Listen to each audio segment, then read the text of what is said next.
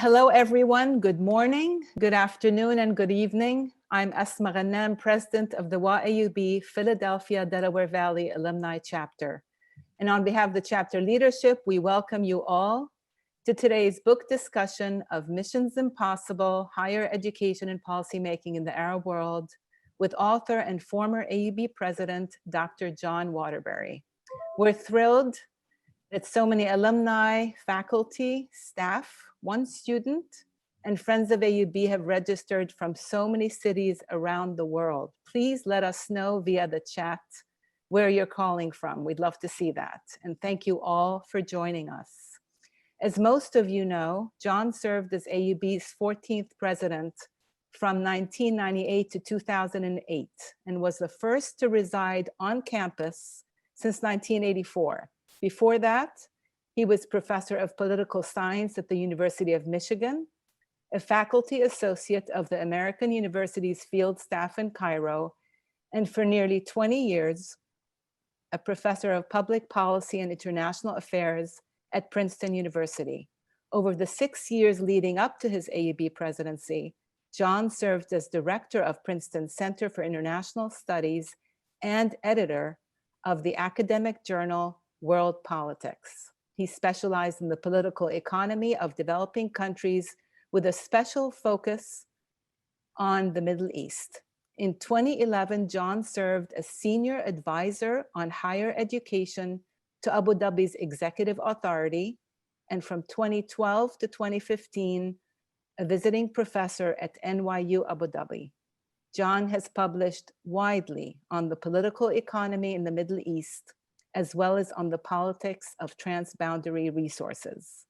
And on a personal and chapter note, when Nasri Qawar founded our tri-state chapter back in 2008, we were thrilled that John was in Princeton, would be part of our chapter.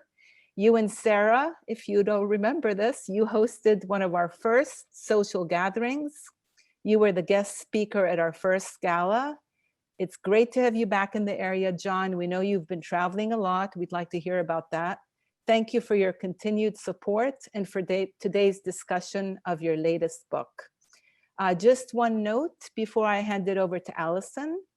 AUB journalism professor and widely known commentator Rami Khouri, who may have joined us, I'm not sure, Justin, is planning an event with John and several other panelists in mid-June to discuss higher education and trends in knowledge production in the Middle East. That event is part of AUB's new Global Engagement Initiative, and we'll be sure to get out the announcement to our alumni and friends closer to that time. And now I will turn it over to Allison, AUB Communications Director, to moderate. Thank you so much, Asma. Thank you, John, for the generosity of your time and your thought today. Thank you, as ever, to Lena Jazzy and Justin and Marika in AUB's alumni office in North America. As Asma said, I'm Allison Freeland. I'm in my 5th year working out of the Debs Center, AUB's New York office. I'm hoping you will suspend your disbelief of this Irish face and allow me to be an honorary Lebanese, at least for today.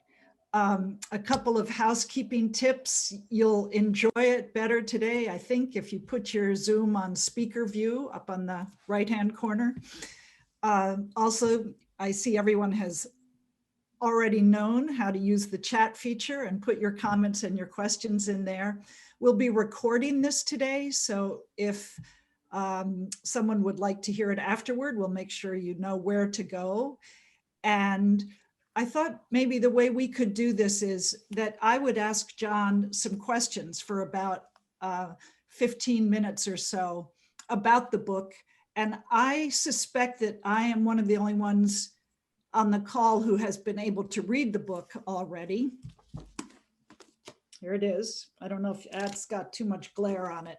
Missions Impossible, Higher Education and Policymaking in the Arab World. And then we'll take your questions and comments from the chat, which I think will be great. And John, I was hoping, since there are so many alumni and friends on the call who knew you, who knew AUB when you were president, I think they all probably would love to reach out to you and say, hi, and remember this and remember that. But I wondered if you could just take a few minutes to catch us up on your life, whatever part you would like to discuss, so that we can know what you've been up to besides researching and writing this book. Well, for a long time, I didn't think there could be life after AUB, but, and I don't think it's been as anywhere near as rich as what I enjoyed when I was there in Lebanon. But you mentioned a few of the things I've done since leaving in 2008, and that was principally time spent in the Emirates, in Abu Dhabi, more precisely, where I was advisor to the Executive Authority on Higher Education. I did that for about a year, and then one of the institutions that I overlooked on behalf of the Executive Authority was NYU Abu Dhabi. And I got to know a lot of people there, and long and short of it was they asked me if I'd be a visiting professor. And so I signed on for that and did it for 2 or 3 years, as I recall. And that was quite a different experience from AUB. I won't tell you what their operating budget was. It would make you drool, even if Lebanon were not in crisis. It made me drool. I couldn't believe it. In any case, it was a large budget. And after I'd spent 3 years at NYU Abu Dhabi part-time, I fully retired and have been retired ever since. My wife, Sarah, whom many of you may know, who worked in development or advancement at AUB for a while, became the vice president for advancement at Imperial College London. And so we moved to London for 4 years, 2015 to 2019, came back to Princeton where we have a home, and just in time for COVID. So trying to move back in and develop some social links was quite difficult, but that's where we are, and we're enjoying it. My grandchildren, Sarah's grandchildren, are just down the road about 20 miles, 7-year-old twins. So we're having a great time watching them grow and get ahead of us in every other respect. And that's about it, other than writing the book. That's quite enough. Thank you. Thank you. That's wonderful.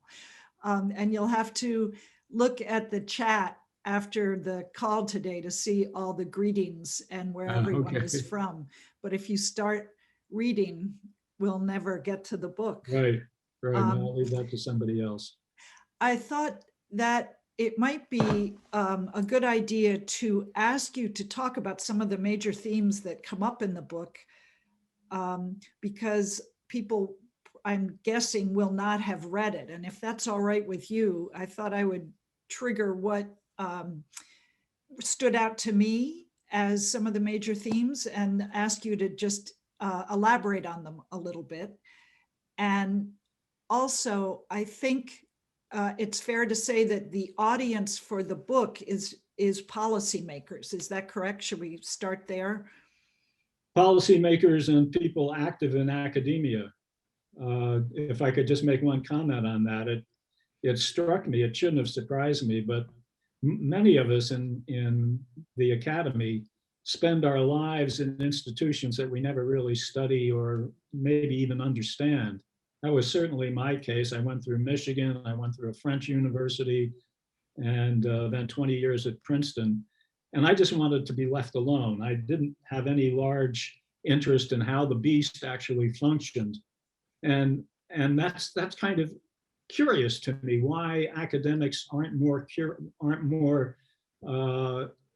inquiring of the environment they work in and the mechanisms that guide their lives. So this was a process of institutional discovery for me after 30 or 40 years as just a practitioner in the trenches. Do you remember when that started, when you started to shift from being a participant to being a real observer and maybe someone who analyzed what was going on around you? Yeah, and it didn't have much to do with education. Some years ago, well before I came to AUB, I published a book and did all the research for the book on public enterprise in 4 developing countries. And I don't want to go into any detail on that because it's not totally relevant, but my main issue was governance and how central governments and authorities maintain control and guided policy for these entities that were wholly owned by the government. And it's a tricky proposition wherever you go. So I got deeply into governance issues when I was working on public enterprise. And as soon as I joined AUB and actually went to Beirut and began my homework on AUH, on the hospital, I realized these were many of the same questions. The hospital is a wholly owned entity that functions in the market and has revenues and expenditures and a balance sheet at the end of the year. And it has customers, some of whom may not be happy and some of whom are. And I realized I was back into very familiar terrain. And I said, well, how is it? I'm in a private university, but I'm asking the same questions I asked of public enterprise, wholly owned by 4 different governments that I also studied. So it was a bit repetitious, but I found it quite fun to start studying the terrain I was supposed to be managing as president. To all of our benefit, I would say. I wonder if you could elaborate a bit on what the trilemma is, what you call the trilemma of higher education institutes in the Arab world. Right. It's a concept that I believe comes out of economics, but it essentially says if there are 3 things you want, and you could be an individual or a university or a government, there are 3 things you want. Very often you can have 2, but it's going to be at the expense of the 3rd. And that's the trilemma. Which one of the 3 objectives or the 3 things that are desired are you going to sacrifice because you're going to have to? And so in terms of higher education in the Arab world, I look at 3 goals. One we could call quantity, and it was dominant for a very long time. That is extending higher education to the greatest number of your citizens as possible. So that's the quantity issue. Then you have a quality issue. You want that education to be high quality. But remember, you're trying to extend it to a very large number of people. That's the quantity goal. And you want to be able to do it, and this is the 3rd leg of the trilemma, you want to be able to do it at reasonable cost. And you can have 2 of those, but you can't have all 3. And that's been the trilemma facing Arab public authorities for decades now, except with the partial exception of the oil-rich countries, which have or had so much money that they didn't have to worry about cost. But most countries in the Arab world do have to worry about cost. So what did they sacrifice? Quality. That they managed the quantity issue pretty well. And I know in our previous preliminary discussions, it may be that we'll come back to this at some point further on. But they solved the quantity issue and did pretty well by that. They kept costs reasonable. I can elaborate on that more, but they didn't waste a lot of money, but they sacrificed quality. So we have abundant literature that describes a kind of crisis of higher education in the Arab world. And a lot of that crisis revolves around quality issues.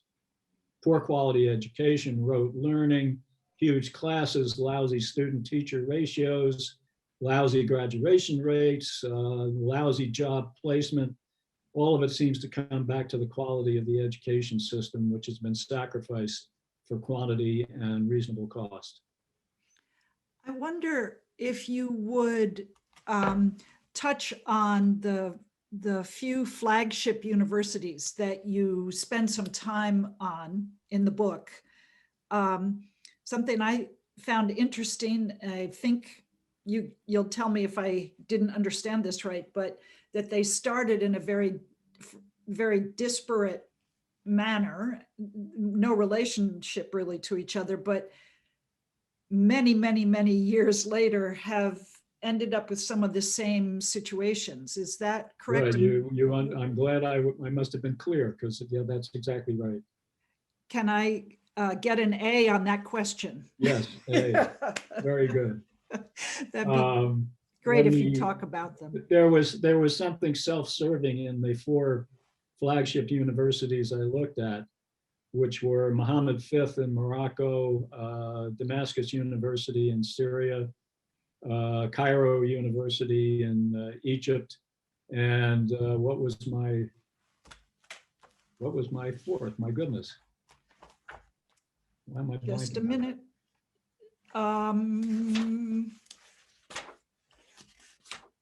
Cairo, Egypt, Morocco, and Start with the first Syria. 3. And Yeah, I guess I mentioned all 4. I think you did, yes. Yeah, okay.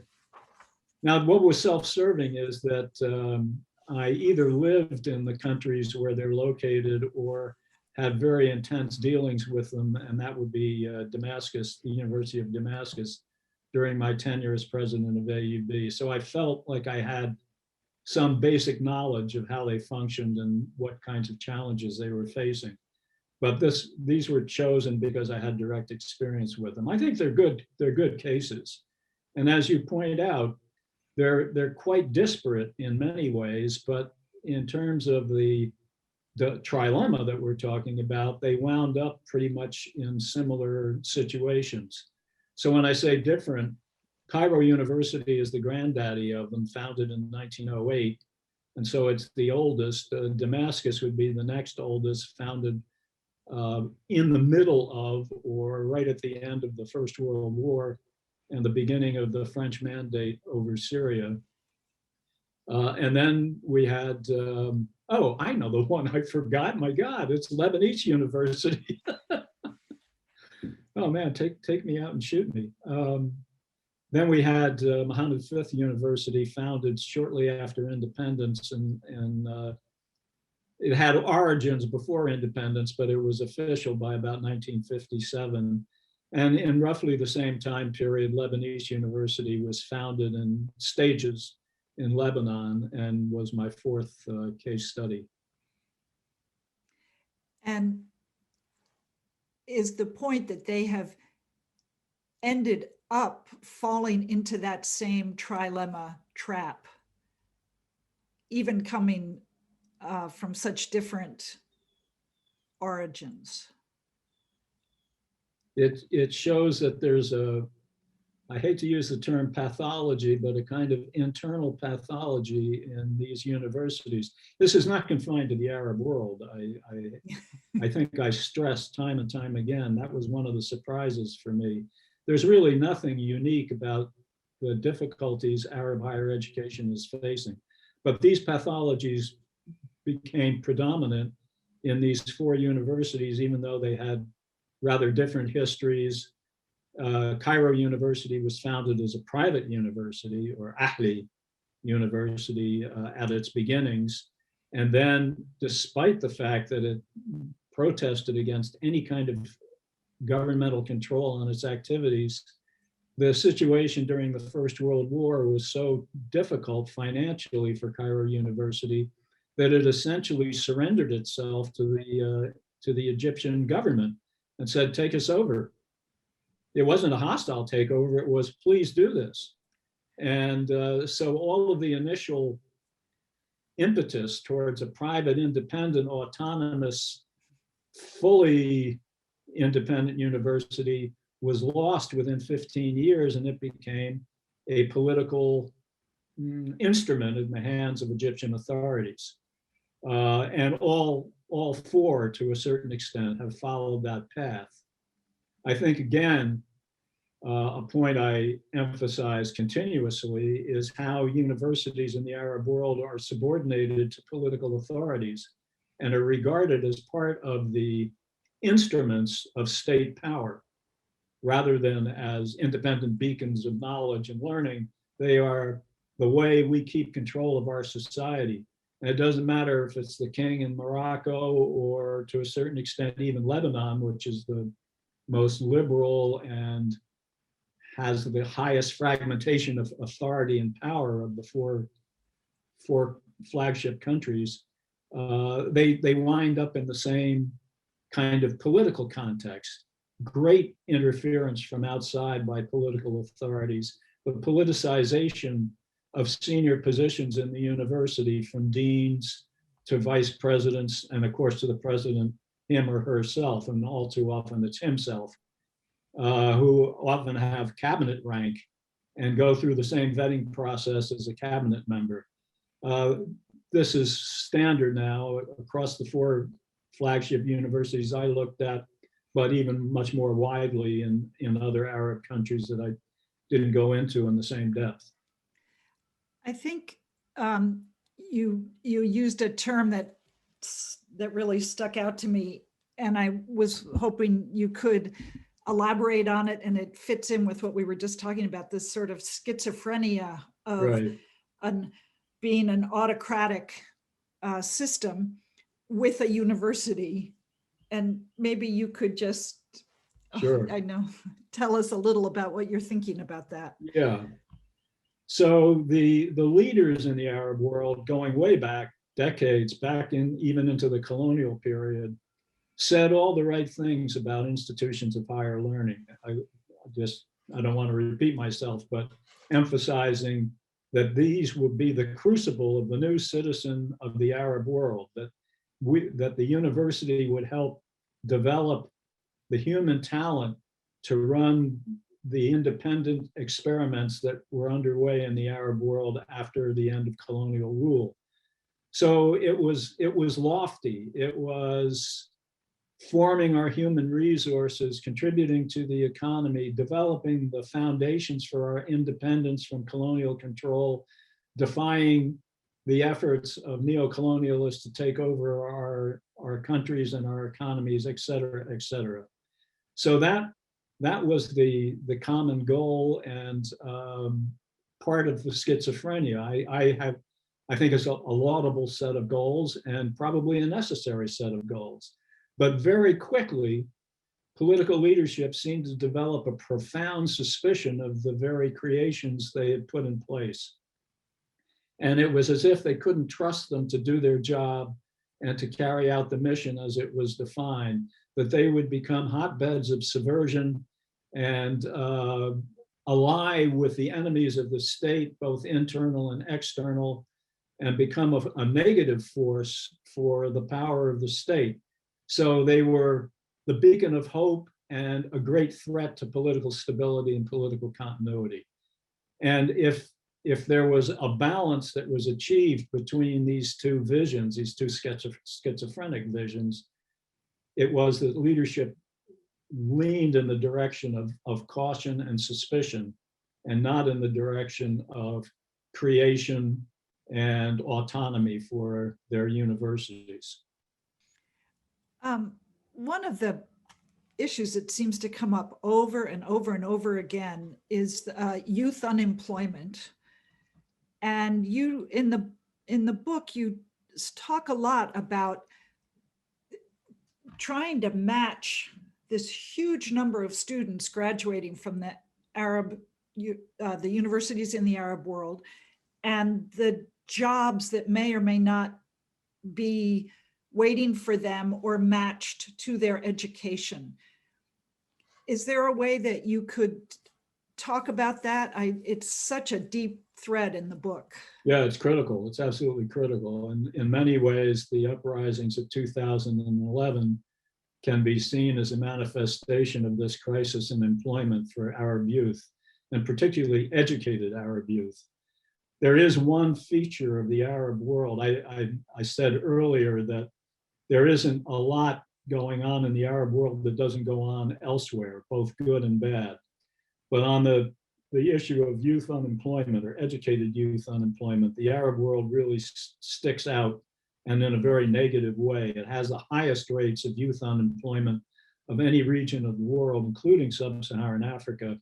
And this has been a feature of the Arab world for 3 or 4 decades. So it's not something recent. It certainly didn't start in 2011. 2011 can be seen as representing an accumulation of problems that had started probably in the 1970s and 1980s.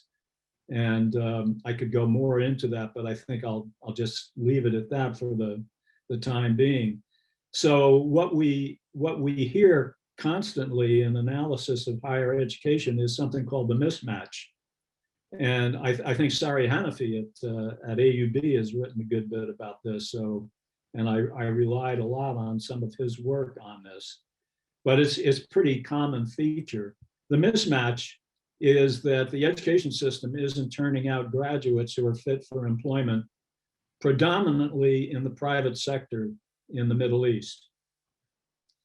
For decades, higher education produced people who went into the civil service and were not destined for the private sector.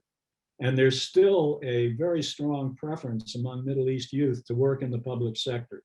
It's kind of the safe bet. You don't get rich, but you are protected. Your job is not likely to be lost. You get a decent benefit package. And so this has always been the preference for Arab youth, is to go into the civil service. But again, as I hinted at, going back to the 1970s, when a series of economic crises afflicted the Arab world, the civil service no longer expanded. And now in 2020, in 2019, and 2018, there are a number of Arab countries that are actively shrinking their civil service. So not only is it not hiring, it's getting rid of people. And they're part of the mismatch. So where do they go? I mean, who needs a bureaucrat from some overstaffed civil service position in your enterprise? So that's one part of the problem. They're not educating for the private sector. But I think it's really important to keep in mind that the private sector itself is not a dynamic source of employment for anybody. And that's partially the result of a long period in the Arab world where the private sector was regarded as an adversarial force that could actually weaken countries. And so we had, as in Egypt, as in Algeria, as in Iraq and Syria, and a number of other countries, an enormous expansion of the public sector moving directly into every sphere of economic life, from banking to shipping to airlines to textile plants to steel plants to Électricité du Liban, all of them. And so the private sector was regarded as a kind of hostile force, and it behaves accordingly. It went into speculative investment, quick returns, get your money out as fast because you don't know what's going to happen coming down the road. And this is not a great environment for hiring university graduates. They're not looking to take on a lot of people. So where did the university graduates go if they could get a job? And a lot didn't get a job. Where do they go? They go into the informal sector, which is kind of a dead end. And it's certainly a waste of a university education because by definition, in the informal sector, you're not officially registered. You do not meet whatever environmental requirements the government may impose, health. You're not going to invest a lot in the infrastructure of your enterprise because you're essentially illegal and can be closed down at any time. So this is fly-by-night kind of enterprise. And sometimes it's just a fleet of taxi cabs owned by one guy, and he's got university graduates driving his taxis. I mean, that would be a kind of extreme example, but not uncommon. Or you're in illicit construction, building housing, which doesn't meet normal engineering standards and isn't inspected in any official way, but becomes a vital source of housing for poor people. We can go down the list. So the private sector is part of the problem. It's not designed to absorb much university educated people. And the civil service is shrinking. And I think you add that up and you see what happened in 2011. These kids know where they are. They're between a rock and a hard place. And so many of them just leave. They go someplace else, which is all too common in Lebanon. I think this is a good moment to ask you something about Lebanon in particular. And then I'm happy to take questions and comments from all of our audience today, everyone who's joined us.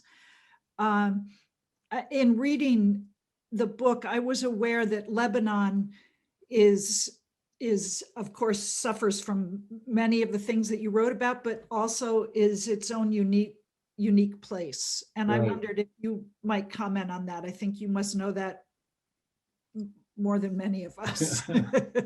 Well, no, it is quite unique. It has a great number of private universities, which is rare in the Arab world, although private education is growing very rapidly elsewhere as well.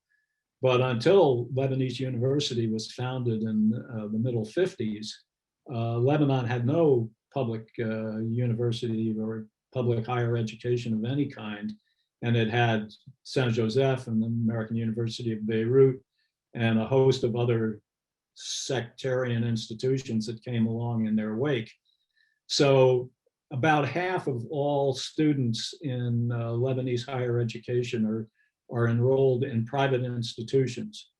And that is quite unusual for the Arab world, although Iran has about the same proportion, and which may be a little bit surprising, but there's one monster private university in Iran called Azad, which has 1.5 million students. And so Iran probably has about half of all students in higher education enrolled in private institutions. But this has been a feature of Lebanon for a long, long time. I mean, going back to the founding of AUB, and sets it apart. So there's another feature of Lebanon, which I think is important to mention, and something that Lebanese should take pride in, I think. It's the amount of national resources that are devoted to higher education, or to education in general, let me put it that way. If we look at the Arab world as a whole, on average, about 4 to 5% of GDP is devoted to education in all phases. And that's a respectable level of investment in education. I'm talking about kindergarten through university, 4 to 5% of GDP. So respectable. But think of a system like Singapore's, which gets really terrific results, and they do it with about 3% of GDP. So we could say that the Arab world is not getting a good return on its investment in higher education, and I would agree with that. But keep in mind that 4 to 5%. When we look at Lebanon, the government spends about 2.5% of GDP on education at all levels. But then if you add in private investment out of the pockets of average Lebanese, it adds another 10%, so that something like 12 to 13% of GDP is being invested annually in education of all phases. And this is absolutely extraordinary. I think it may be the highest in the world. This is how much Lebanese value education in general and higher education in particular. I want to ask you one more of my own questions and then take some from others. You talk a lot about innovation, and it is the obvious question. If something's not working, how do you innovate to help it along? And you talk about two different kinds of innovation, disruptive and supportive. Right. And I think in thinking about Lebanon as a whole right now, in need of some innovation governmentally, and perhaps Arab higher ed needing innovation, I wondered if you could just talk about where you've landed in your thinking between disruptive and supportive, and what is the difference in those two, between those two? Right. Well, let's go with supportive first. Supportive innovation would be innovations that help you carry on your business as it is today. Business as usual, just do it better. And you tweak your existing model. And I mean, for instance, would be remote learning or distance learning as part of your existing curriculum. So you blend it in and have some kind of blended learning formula, which is a substantial innovation, but it helps you do what you've been doing all along. You're not throwing it out. Disruptive innovation, a term and a concept that came from a guy named Clayton Christensen at Harvard Business School. Unfortunately, he died just a few years ago while I was writing my book. And he sees a certain number of innovations that aren't anticipated and certainly aren't planned for by existing institutions. They're kind of like a meteor out of outer space that you don't see until it smashes you, and by that time it's too late. And he doesn't have a lot, he wrote about education, but most of his work was on existing enterprises. And I guess a kind of classic example would be Kodak and its reliance on selling film. And along comes the digital camera. and Kodak never sees it coming. And suddenly there's no market for digital film. This is disruptive innovation. Your business model cannot encompass this new threat. It is like a meteor or a train coming down a track in a very dark tunnel, and you don't see it until it runs over you. It could be Uber challenging existing taxi business models. I mean, we can go down a long list. We're seeing in the United States shopping malls dying now as a result of what happened during COVID. This again was a disruptive innovation. Existing business models can't seem to accommodate it. So we may be growing trees, which would be a lovely thing, and in malls across the United States because they may no longer have a function. So I think about what might be disruptive innovations in higher education in the Arab world, and I don't see any that are of the truly disruptive nature.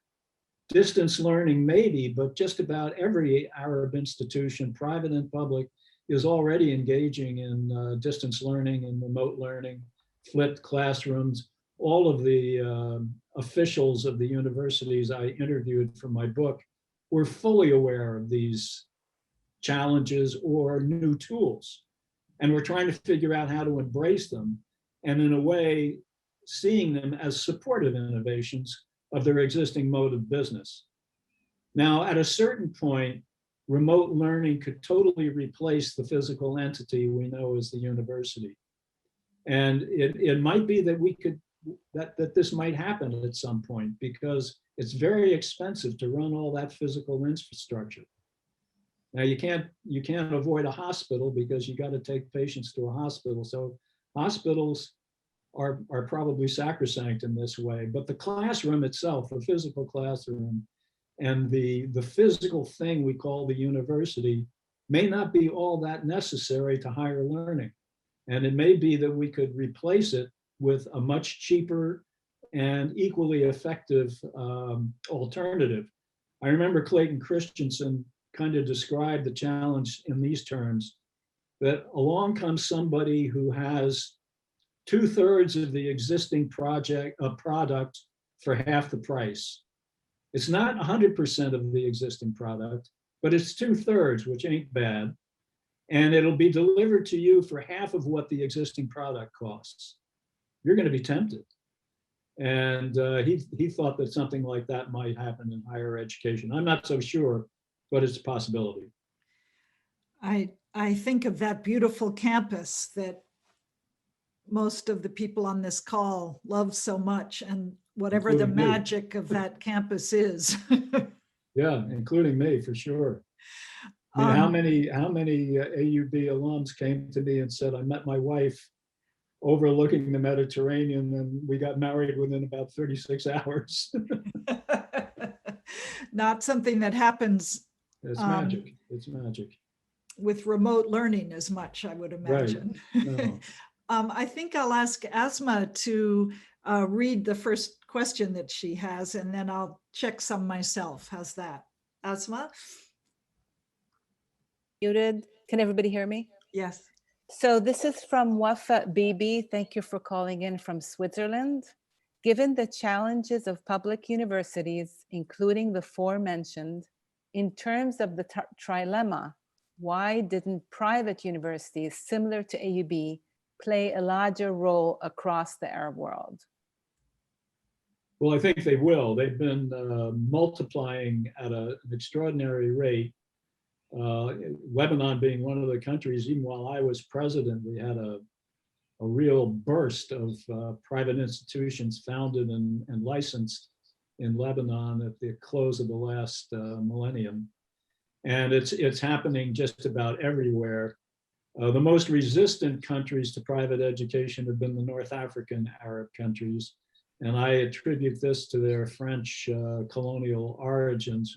France is still a heavily pro-public environment. And I think this fed into the academic establishments in Algeria, Morocco, and Tunisia, where most of the people were French educated to begin with. So they have a natural affinity for that. But even there, we're seeing now in Morocco, 5 or 6 new private institutions. There's one that's been around for quite a while and is high quality, Al-Akhawain, which was funded basically by Saudi Arabia and less so by Morocco itself. But the Al-Akhawain, the two brothers of Saudi Arabia and Morocco. Syria has had several, I don't know, there's 10 or 12 private institutions, and some have been founded since 2011 and all the turmoil that Syria has witnessed. There have been a great burst in the Gulf of affiliated universities that have mother institutions in European or North American countries, and they're attracting a lot of attention. I just saw a couple of weeks ago that there's now, and AUB better be looking at this, a new American University of Baghdad. So unless it changes its name, its initials could be the same as AUB's, and I know ours are protected. So the lawyers are going to have to get to work on this. So watch the American University of Baghdad. Maybe they'll say American University of Baghdad, Iraq, or something like that. So it's AUBI. So there have been a number of those. One that did have to change its name is the American University of Bulgaria, which became American University of Bulgaria, Sofia, just so that it wouldn't get in trouble with us and AUB. So I think private universities are coming. My prediction would be that by mid-century, at least half of higher education will be delivered by private institutions. And some of them will be very high quality. There are only a handful now of newcomers that are doing really high quality work. The American University of Sharjah is one of them. But they have the means and they have the governance structures to begin to achieve real excellence. So I think that private universities may be the most disruptive innovation that the current educational systems are facing. John, there's a question in the chat, and it probably echoes what many are thinking. If you have anything to say about how beloved AUB and other institutions in Lebanon can stay the course or even improve when the political situation is just so difficult. Oh boy. Could you come up with an answer for that? Oh boy. Not yours. I get up every morning and think about Fadl al-Khoury and the situation he inherited. It's everything comes down to specific policies. I look at the exchange rate mess, jungle in Lebanon, and really wonder how you can run any kind of institution with 4 or 5 different exchange rates. I know the IRS in the United States is having trouble figuring out how to tax people who make earnings in Lebanon. I really don't have a way forward, except when you look at the history of AUB, it has been through so many life-threatening challenges in the past. I'm sure it's going to muddle through somehow, but we're going to take some bad hits. And I understand from some colleagues at AUB, some of those hits are already been taken, like faculty very good faculty that have found they had to leave and find employment elsewhere. This is particularly damaging when you spend the amount of energy successive administrations have spent at AUB building that faculty. My view of the faculty is the beginning of everything at a university. It's what attracts good students. It's what keeps good students. It's what keeps the parents willing to pay fees. So if your faculty is eroding, that is life-threatening. And I'm not sure what you can do about it except hang on and hope for better days. But I am sure those better days are going to come. Asma, I have one or two big questions left. I'm wondering if you want to ask something, or would you like me to No, go that's ahead? good. No, that's fine. You go ahead, Allison. John, it may be time for some optimism.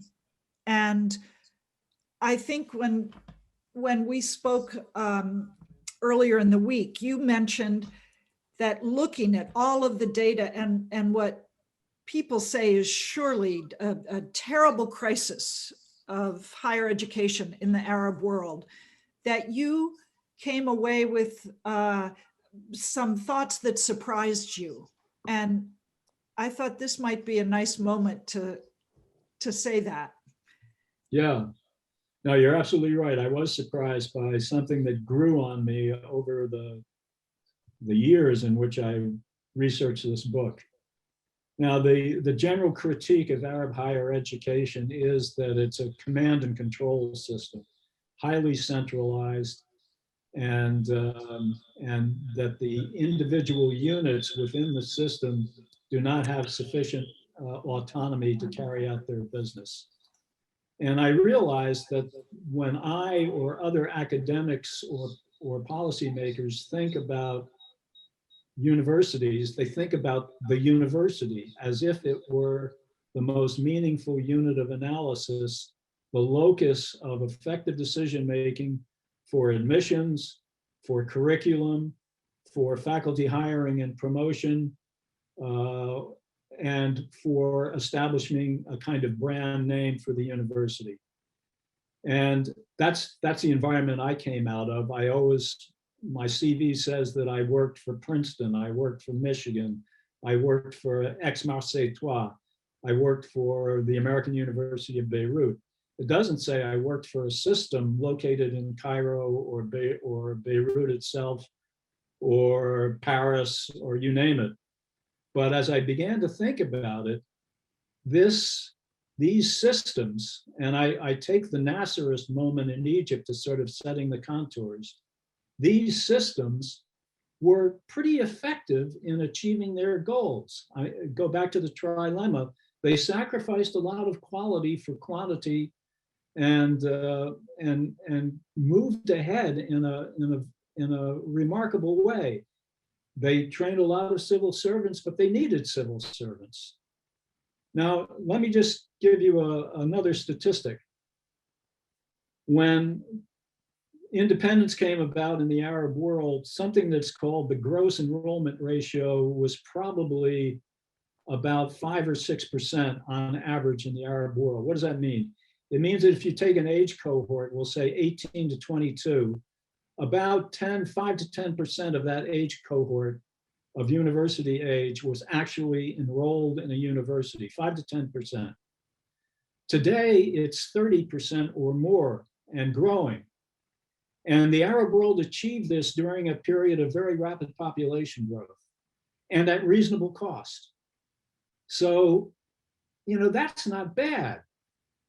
Now, then I said to myself, is the system that everyone criticizes because it strips universities of all autonomy, decisions are made centrally, the product, the education that is provided by these entities isn't distinguishable one from the other. I'm sure the people inside would not agree with that.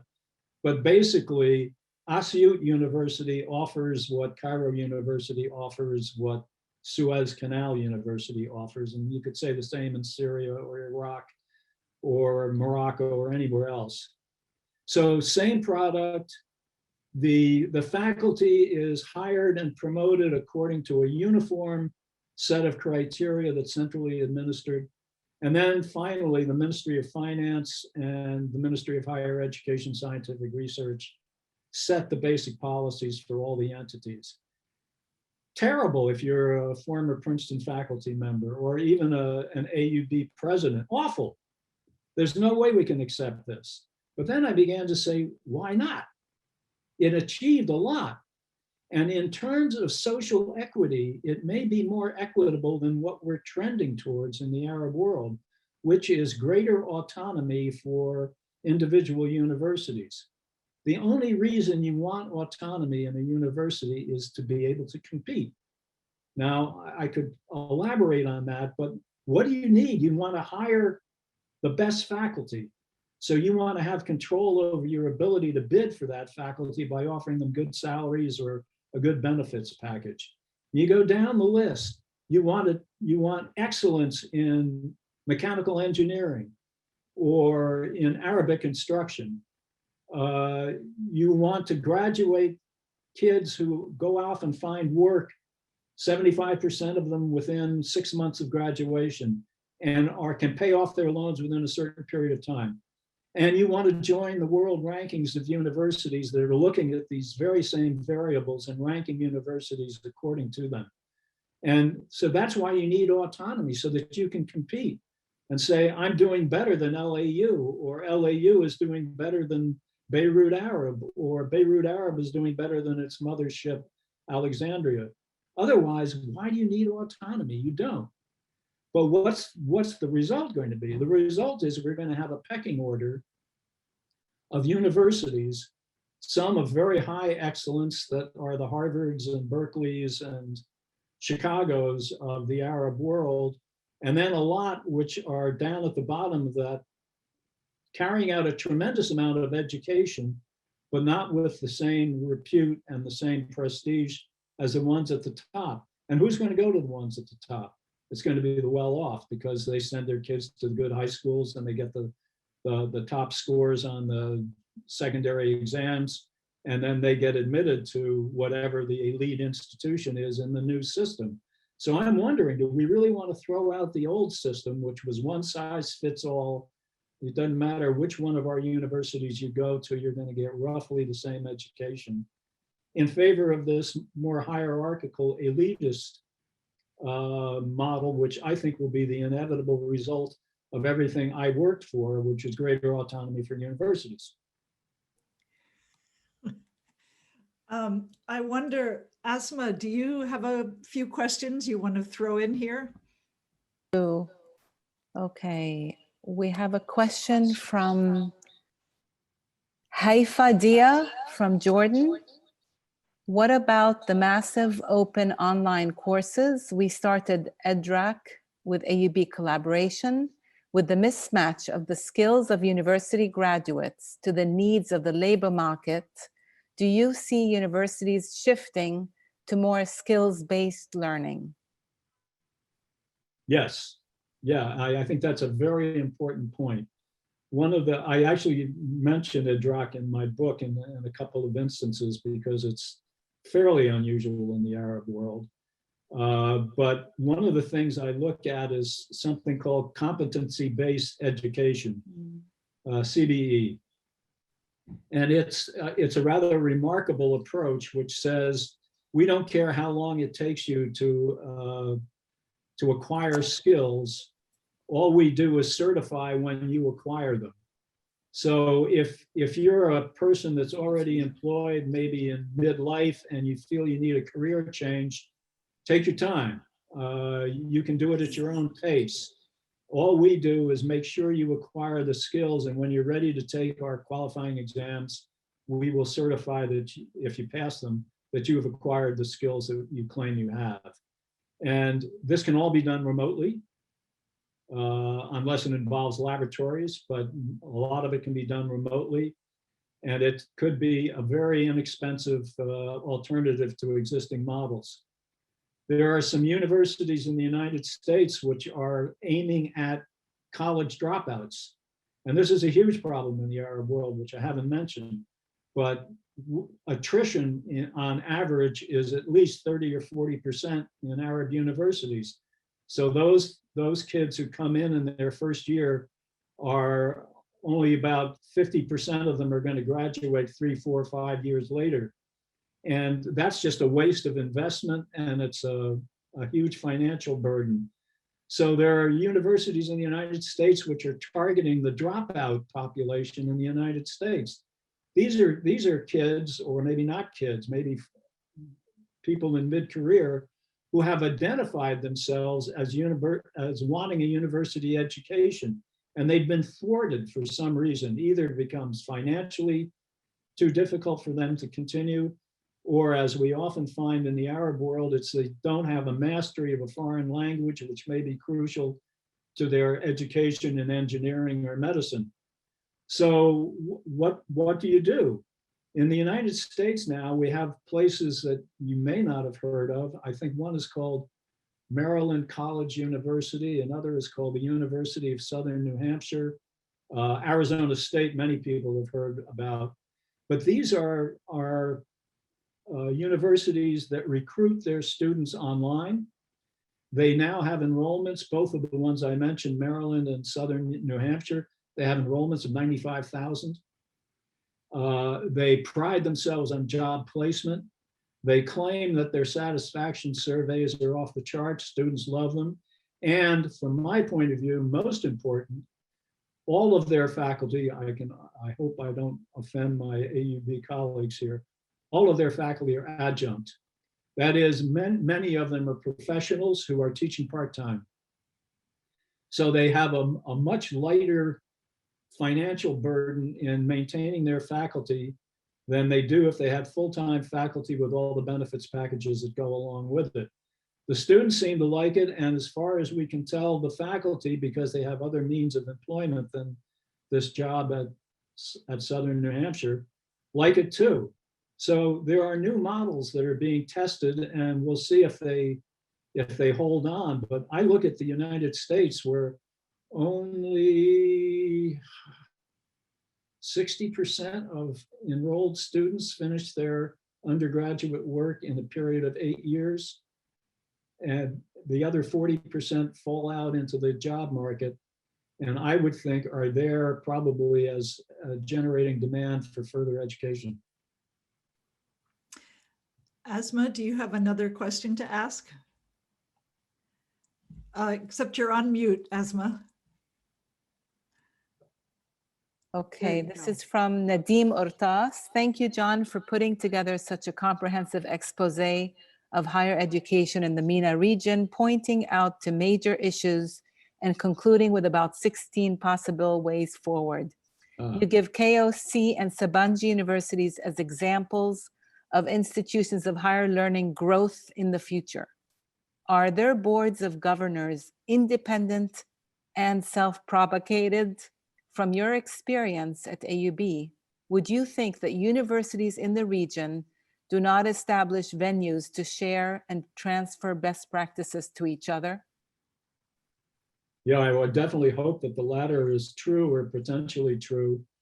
Looking at Sabancı, Koç, and Bilkent was, I think, the third Turkish private university I looked at, which has an AUB connection, interestingly. I think we got to take seriously the prospects for higher education, private education in the Arab world, given the Turkish example. Right at the moment, my understanding is, with the exception of some of the affiliate universities in the Gulf and the occasional American University of Sharjah, private universities are offering a fairly low quality education and degree. As we know from the Lebanese example, they often confine their offerings to some combination of computer science and computer programming and business management, because those are the sort of the hot fields where there's a lot of demand. But they don't do a particularly good job at it. And there are very few exceptions to that. But I am a fundamental believer in the notion that where you start is not where you end up. And a lot of these universities, under certain circumstances, may in fact become the best in their fields in the next 20 or 30 years. Not all of them, but some of them. And it will be because they have good governance practices that Nadine just mentioned, and certainly should share. I don't think AUB did enough sharing, although I tried to encourage some between the American University of Cairo and AUB, because we face similar challenges. But that kind of sharing of knowledge, I think, is pretty rare in the Arab world, maybe rare in the United States. I don't think the president of Harvard feels he needs a lot of advice from the president of Kansas University, for instance. Asma, do you want to ask one more, and then we'll start to wrap it up? Okay, and this is from Nasri, and if we have time, Samir. You may have touched on some aspects of this. John, I believe the existence of private universities in Lebanon for many years has been a great advantage to higher education as compared to Arab countries where public universities are predominant. Do you agree? Yes, absolutely. But it's with that major caveat that the typical system in other Arab countries may have some more merit to it than we've given it credit for in the past. And before we get rid of it, we better look at it closely and see if it can be built upon. Just to give an example, I think in Singapore, where you have excellent higher education, it's the system of higher education that maintains the excellence, not the individual institutions. And so something like the Singapore model might be adaptable to the Arab world, certainly worth looking at. And Samir's question, just more future, how do you envision the future survival of AUB given the current crisis in Lebanon? Yeah, well, I tried that a little earlier. Yeah. It's really tough. All I can say is we've been through worse, and you just read the memoirs of some of my predecessors and you can realize how tough it was. Famine, and terrible war situations and refugees, all of that is just an old story for AUB. But the general systemic crisis in Lebanon itself this time around may be unusual. I can't think of anything where the internal workings of the society and government have become so dysfunctional as what we're seeing today.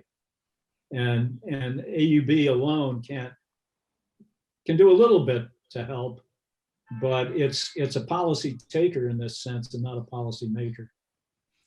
I wonder, John, we have so many impassioned alumni and friends around us in North America who love AUB, and of all the things you think about, do you have some thoughts on what this group could do in the current situation?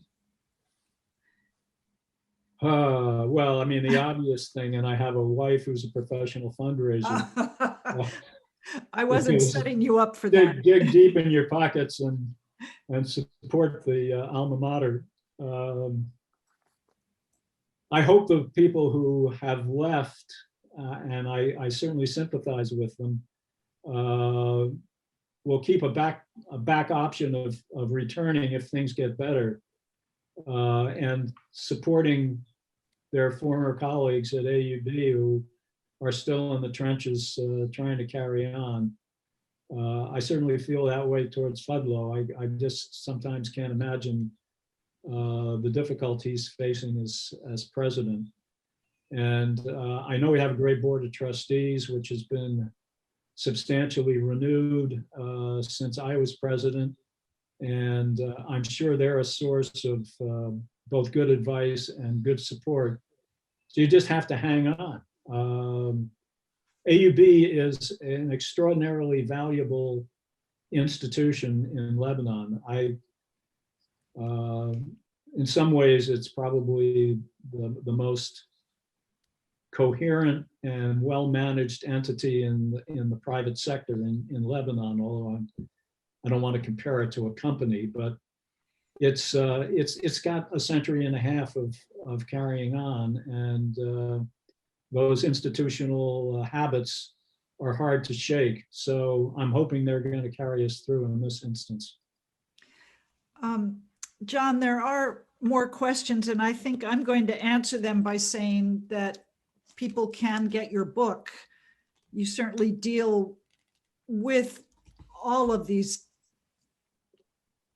intertwining issues. And I want to thank you for your time today and for entertaining these questions. And I'm going to let Asma close us up. Okay, but let me offer thanks both to you, Alice, and then to Asma and the Philadelphia chapter for giving me this opportunity to talk about my work. I really appreciate it. It's wonderful. Thank you. Asma, I'll give it back to you.